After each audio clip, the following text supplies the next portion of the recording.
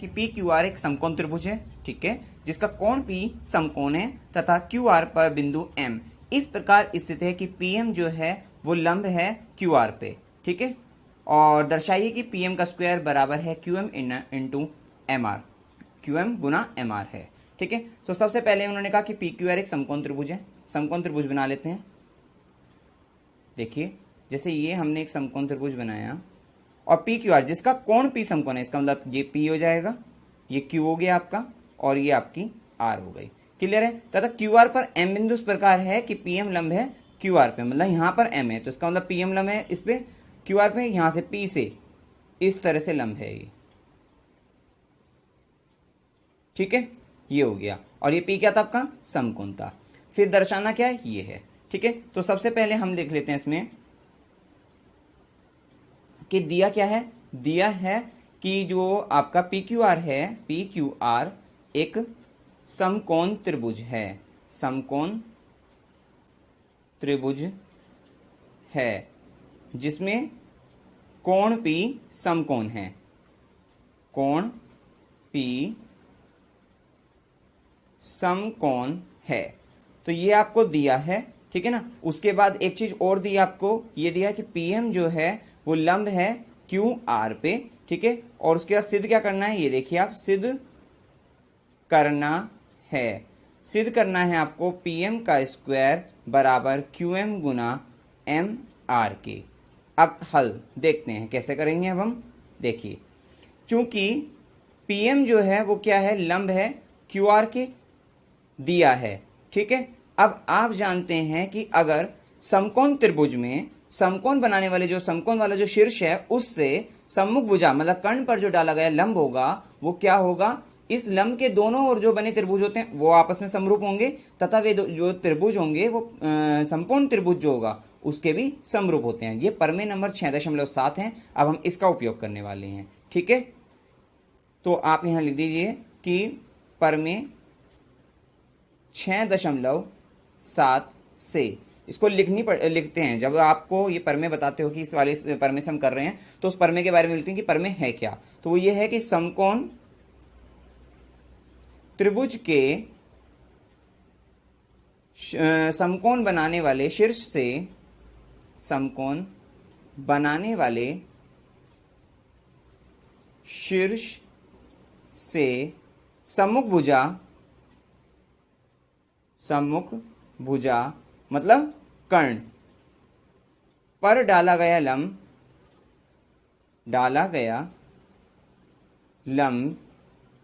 लंब के दोनों ओर बने त्रिभुज, मतलब जो लंब जब हम डालेंगे तो इस लंब के दोनों ओर जो त्रिभुज बनते हैं, दोनों ओर बने त्रिभुज परस्पर जो है परस्पर समरूप, ये आपस में भी समरूप होंगे तथा जो आपका जो संपूर्ण त्रिभुज होंगे, संपूर्ण त्रिभुज के भी समरूप होते हैं, ठीक है, समरूप होते हैं। क्लियर हो गई इतनी बात आपको, ठीक है ना। ये आपकी प्रमेय है, ठीक है। तो जब ये समरूप का, अब हमने इनको लेकर क्यों चलना है, क्योंकि पीएम का स्क्वायर बराबर है क्यूएम गुना एम आर के, ठीक है। तो अब यहाँ पे क्या पॉइंट था, एम था, इसको हम एम ले लेते हैं, ठीक है। तो पीएम का स्क्वायर क्यूएम कहां पर है आपका, क्यूएम इस साइड है, ठीक है, और एम आर कहां है आपका, एम आर इस साइड है। तो आपने देखा कि अब जो हमें त्रिभुज समरूप वाली स्थिति हम लेंगे वो कौन सी लेंगे, हम इन दोनों त्रिभुज के लेंगे, मतलब बड़े वाले त्रिभुज से नहीं लेंगे। अगर वो क्यू आर की बात करता, ठीक है ना, अगर वो क्यू आर की बात करता तो हम क्या लेते, तब हम बड़े वाला ले लेते और अगर एक छोटे वाला ले लेते। लेकिन यहाँ पे जो बात हो रही है वो पीएम की बात हो रही है। पीएम कहाँ है, बीचों बीच है, इसमें दोनों त्रिभुजों के बीचों बीच है, ठीक है। और जो क्यूएम है वो इधर वाले त्रिभुज के और एम आर जो है इधर वाले त्रिभुज, इसका मतलब इन दो त्रिभुजों की बात हो रही है, ठीक है। तो अब इसलिए क्योंकि प्रमेय तो हमने लगा दी 6.7, वो यही कहती है कि अगर समकोण बनाने वाले त्रिभुज शीर्ष से जो है अगर समूह भुजा पर लंब डाला गया है तो ये दोनों त्रिभुज परस्पर समरूप, और या फिर ये वाला त्रिभुज पूरे बड़े त्रिभुज के संपूर्ण त्रिभुज के समरूप, ये वाला त्रिभुज ये भी पूरे बड़े त्रिभुज जो है पी क्यू आर समरूप जो संपूर्ण त्रिभुज है उसके समरूप होगा, अलग अलग, ठीक है। तो अब ये आपस में भी समरूप होते हैं तो हम लिख लेते हैं कि इसलिए जो क्यू पी एम होगा, क्यू पी एम जो होगा त्रिभुज जो होगा वो समरूप होगा किसके, त्रिभुज PRMK, PRMK, ठीक है। और जब ये समरूप होता है, ठीक है ना, इसलिए ये समरूप हो गए। परमे से आप लिख सकते हो, परमे 6.7 से, वैसे तो हमने पहले लिख दिया, ठीक है। अब ये जब समरूप है तो इनकी संगत भुजाओं का अनुपात क्या होगा, समान होगा। अब आपने के दिमाग में एक क्वेश्चन होगा कि हमने QPM ही क्यों लिखा, हम PQM, हम PRM इस तरह से कुछ भी लिख सकते थे, लेकिन आपको एक बात बताई गई थी कि इस तरह से अगर हम त्रिभुज को लिखने का तरीका ये होगा, क्योंकि हम जब संगत भुजाओं का अनुपात, अब संगत भुजाओं का अनुपात हम ऐसे तो नहीं लेंगे कि PR को हमने QM के बराबर कर दिया, इसको इसके बराबर, किसी को भी किसी के बराबर तो नहीं कर सकते, एक सिस्टमेटिक तरीके से बराबर कर जाता है संगत भुजा, क्योंकि वो संगत, ये एक भुजा दूसरी भुजा की संगत होनी चाहिए, ये नहीं कि हम किसी भी भुजा को किसी भी भुजा के अनुपात के बराबर कर सकते हैं। तो अब हमने देखा क्या, ये मैं बताता हूँ, ये लिखा किस तरीके से है, ठीक है। तो ये लिखने का तरीका ये है, सबसे पहले आप देखो, हमने त्रिभुज इसकी और इसकी बात हुई, तो इस वाले त्रिभुज में जो समकोण है वो कहाँ है, ये है, ये M जो है ये 90 डिग्री है, PMR, ये कोण 90 डिग्री। अब इस वाले त्रिभुज की अगर हम बात करें, इसमें 90 डिग्री के सामने वाली भुजा क्या हो, कर्ण, तो कर्ण कहाँ है, PR, तो पहले PR को लिख दिया, PR, ठीक है। और उसके बाद बचा क्या है आपका बिंदु M, ये त्रिभुज हो गया एक, ठीक है, ये वाला समझ में आ गया। अच्छा, अब इस वाले त्रिभुज, क्योंकि इस वाले त्रिभुज की बात हो रही है, इसमें 90 डिग्री कहाँ पर है, बन रहा है, यहाँ पर बन रहा है 90 डिग्री जो है, ठीक है भाई, ये त्रिभुज है ना PMQ, ये जो है QPM, ठीक है, इस वाले त्रिभुज में 90 डिग्री है। अब 90 डिग्री के सामने वाली भुजा कर्ण, यहाँ पे भी सबसे पहले कर्ण लिया हमने PR, अब यहाँ पे कर्ण क्या होगा, QP हो गया, तो पहले तो हमने लिखा QP, बचा क्या पॉइंट M, तो M को यहाँ पे लिख दिया त्रिभुज।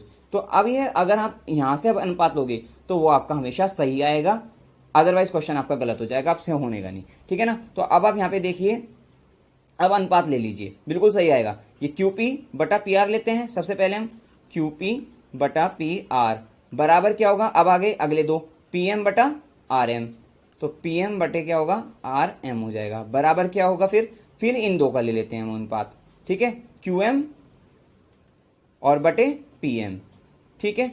अब आप ब्रैकेट में लिख दीजिए, समरूप त्रिभुजों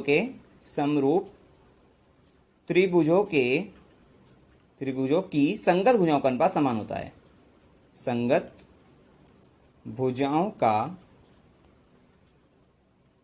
अनुपात क्या होता है, समान होता है। क्लियर है इतनी बात, ठीक है।